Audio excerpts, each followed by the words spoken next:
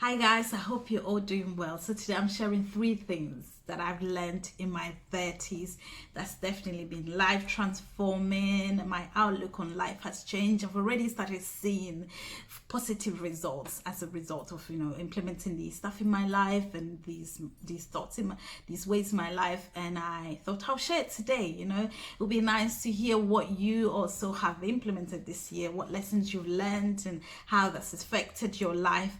And also, if any of this you find any of this useful, I encourage you to start looking at life from these angles, and I just hope that you are blessed by what I'm going to share. The first one is accountability, and definitely at the beginning of this year, this word has really blessed me. I remember the how it all started was I had lunch dates with a friend of mine who's also a mother like me. We talked about our struggles and we talked about the things that we were going through, our plans for the future. And the great thing about this friend of mine that I really liked that day and I took away from was the fact that she, at the beginning of every year, will set a goal. She'll write down her goals and she'll break it down into monthly, weekly, and she will, she has a financial goals and dreams sets. Like, at this age, I have to be a house owner, I have to be financially independent. And I thought, this is amazing. At the beginning of the year, mostly, most of us, we have New Year's resolution. Some people take it further and they write this in goals and they break it down to until the day-to-day steps that they need to take to get there. And I started thinking to myself, actually, I haven't gone beyond thinking about these goals. There have been years where I've written down, a couple of points of things that I wanted to do, or but I've never really done it that way. And definitely gives a direction to your life, isn't it? You're not just waving all over the place and you're not being blown here and there, which is mostly what I think I do see with some of the decisions I've made in life. And I definitely took that away. We also agreed to be each other's accountable partners. We sent our goals across to each other, and then you say, if we're deviating from this, obviously there's somebody there to say, actually, this is what you wanted to do, why you're not doing that. And that has really blessed me. I got home and I thought to myself, I'm gonna write my plans, like a 5-year plan. I'm gonna break it down. I decided to make a board in my room, somewhere very plain and accessible, where I could just write the dreams and aspirations and even the prophecies that people have spoken over my life in picture form. Obviously, eventually came to know that this was a vision board, and I have love this, because what happens is you forget the good things. And human beings, we hold on to the bad things that people have said about us, the bad thoughts, the bad experiences, and we forget the good things. That sometimes we forget the goods that we have done. And keeping this board visible has allowed me day to day to know that I have to stay on course. This is what I'm doing and this is where I'm going. It's a struggle, because this is a new habit that I've picked, but definitely has helped. I'm definitely a lot more peaceful, a lot more organized, and certain things that I started last year out of just me being me, I've had to put a pause to it, because there has to be a reason for doing that. There has to be the right time for doing that. And that's been really, really, really amazing. And I think even if I think about moving on and forgiving people, practicing forgiveness is one of the hardest things for human beings, isn't it? But being accountable has really made it a bit easy for me, because now that I'm not looking at the situation, I'm not playing that victim mindset. I'm looking at myself and what I've put in. If I've stayed in a job too long when I was supposed to leave, if I've allowed myself to be abused or bullied in a relationship, then I allowed that. There's always the red flags that you ignore, and there's always that attitude that person shows you, or the way you feel at the job, that you allow yourself to wake up every day to go there. And so you take yourself, you look at what you did, and you move yourself out of the situation, and that's where healing can definitely begin. And yeah, so definitely accountability. I really encourage everyone to start looking at life like that. And I think we can all make something of ourselves when we start looking at our actions and what we can do to change, or what we can do to improve, and what actions we need to hold on to, and the ones that we need to let go. All right, the second one is mindset. I believe your mindset is everything. The way you think about life is everything. And some of these things are deeply rooted in it, from your upbringing, from your culture, and it can definitely be a hindrance. I will give you a very silly example, but actually, unfortunately, it's a very an example that has definitely shaped the way of looking at myself. I remember back at back in Ghana in school, we were very young, a very young age. I had a friend, she was very pretty, you know, the most obvious pretty people.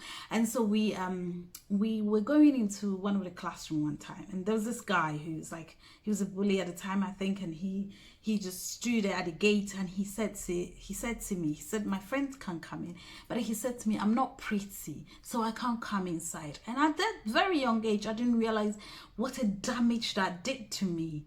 And I realized throughout my life, I've seen myself as not pretty, I'm average. And so sadly, I've never even, if I see a good looking guy, I naturally put up a wall. Like, I don't know, I think I look angry or so that you stop the guy from coming to you. You know, this is really evident in my relationship, the guys I end up dating and stuff. No offense if you're my ex and you're watching this, but you have to know that sometimes you think she can do better. But you know, let's not all jokes aside, but definitely our mindset, the things that we saw and the things that we believe are about ourselves, can definitely stand in the way of a lot of things. And one of the Bible scriptures that I'm going to refer to is Romans 12 verses 2, that says, you know, renew your mind, do not be conformed to the patterns of, you know, I believe the patterns of the things that you've been exposed to, the way you've been described, the way the world sees you. Renew yourself with the word of God, where he sees you. He says you're fearfully and wonderfully made. And this will take a deep healing that only God can give. He can lead you to therapy, he can lead you to all kinds of things, scriptures and all kinds of healing that you have to go through, because some of these things are very deeply rooted. And I know God is working on this, because I've definitely struggled with just going to get the bottom, the bare minimum, and there's a struggle there, you know. I remember back in my workplace, my consultant at the time, he loved me. Every chance he get, he'll call me into his office and we have chats and things. And you know what? That mindset, you know, that little mindset, that the way I saw myself made me always find a way to excuse myself, you know, run away from, even we used to take the same bus, and because he would just show me off on the bus to people, I would go and get the next bus, or I'll walk on the opposite direction. This sounds ridiculous, but this is how mindset and the way you have been exposed to, the stimuli, the things that you are exposed to that has shaped a view of yourself, can really do to you. It can definitely stand in the way of your progress. So I definitely will encourage that you sit down and really write down what you think of yourself. You know, if you have a deep reflection of what you tend to go for, what type of job you tend to apply for, what type of people you think you would date, and the ones that already you think will reject you, and there's a root cause to that. And I believe God is willing to really heal you. And it, like I said, it can be any form. Some of us might need to go to therapy because these damages, okay, has been done. But definitely there's nothing that cannot be reversed and restored to newness by God. And I'll end here with the last point by saying, and it leads on really nicely into it, that God is sovereign. He is sovereign. And I'll give an example why I say this, because sometimes we read Bible stories of how David, we think about Abraham and Joseph, they became prime ministers, they sat on the throne of Israel. And you know, recently we've been doing the book of Ruth, and how Ruth ended up with Boaz, and sometimes we think about their characteristics and what they did right.